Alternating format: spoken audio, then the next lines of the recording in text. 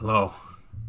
I wanted to talk about the left wing versus the right wing, particularly in Portland, Oregon, as I understand. There's a bit of frustration there, and it's turned into, both sides bitterly hating each other. And there's some things I want to clarify. The definition of what left wing and right wing isn't the same thing it used to be. This is common sense, people. During the Cold War, what the communists were, well, number one, they weren't really communists. That's more or less what they were called. But, if they were following Karl Marx's ideological beliefs and things like that, that's not quite how it worked out. And the people who would call themselves left wing right now, they've twisted it to whatever belief system that they have. And whomever may call themselves right wing have also done the same thing. They've corrupted the definition of what those two things are to their own personal belief system. Maybe they congregate amongst themselves and they establish kind of this is what mostly we agree with or disagree with.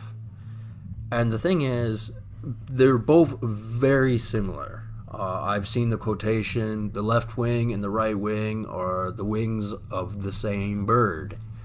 And in a way, they are, because the left wing, they have no problem telling people what to do. For the most part, when you observe them and, take into account historical things that aren't really indicative to the situation, but they don't have a problem with telling people what to do or what to think. So why are they designated as left wing and not fascist?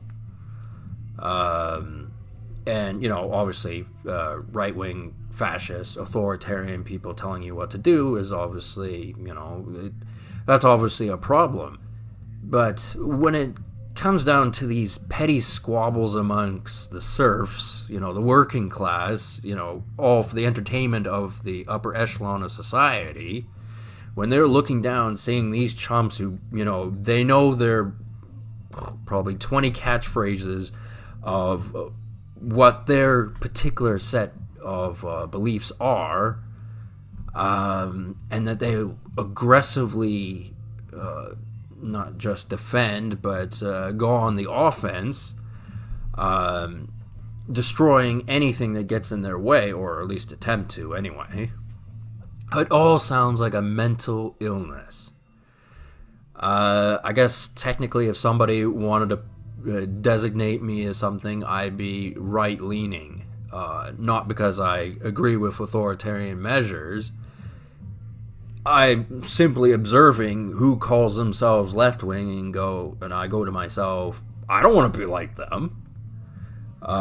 These people who go, oh, it's all about the working class and free speech and all these things, even though that has nothing to do with left-wing history at all, or any point in time has anyone really had free speech, unless they had followers who went along with what they were saying. Then they had free speech, but as soon as they swayed a little from that, they no longer had free speech because nobody liked what they were saying. And that can happen to anybody and any political movement. And, a lot of people identify right-wing with Nazism. I don't think that's entirely accurate, in the sense that there are plenty of people who are authoritarian, tell people what to do, tell them what to think, put their spin on it, put their logos on it, their ideological beliefs, and they may have nothing to do with what the established right wing is. You take the NRA, for example, National Rifle Association. A lot of them consider them far right. And maybe they are. They have their own ideological belief system. And there are those that follow it, and some of them ascertain a higher level of understanding and, become more the shepherd rather than the sheep. And, that's their business in the States. Obviously, the whole system has to stop being ran like it's a neurological disorder, because it really is. There has to be a way of educating people without, either their, Michael Douglas in Falling Down, or their long-haired freaky people on the other side of the spectrum. There has to be a balance of normality here. And that's being taken away because of people's primal instinct to fight, to control, to take over. And if they see anything that resembles something that they do not like, they get all these connotations and they associate it with all the other things, and it may not be accurate to the person, whom, may decide that they, either like having long hair, or that, anything. They call it being triggered. I don't like that word because a lot of people draw different things from it, and it's getting to the point where the English language for one person doesn't mean the same thing as it does for other people. They choose to hear different words and put their own meaning to them, and it's like, grab a dictionary and learn what the meaning of certain words are. And I'm simply, watching the news, and I heard about this Portland, Oregon thing and how it's getting a little messy. And I agree with Donald Trump and him labeling Antifa as a terrorist organization. Hell, they're probably already labeled as one, underneath the surface anyway.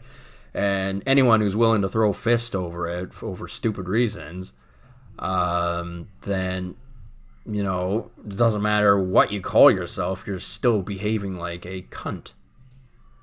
And, that's something that people have got to understand. And the way the media has presented things, it's a merry-go-round circus. Maybe they like everything looking like a mental disorder. I think that's probably it. Maybe it sells more tickets. Who knows? But at the end of the day, it doesn't prove a damn thing. We'll see what happens, but probably nothing out of the ordinary that doesn't usually happen. These sort of congregations of people having these conflicts with each other is, in my opinion, for the entertainment of the higher echelon of society. So we're going to watch and see what happens there. Anyway, I hope you people have a good night, and I will talk to you later.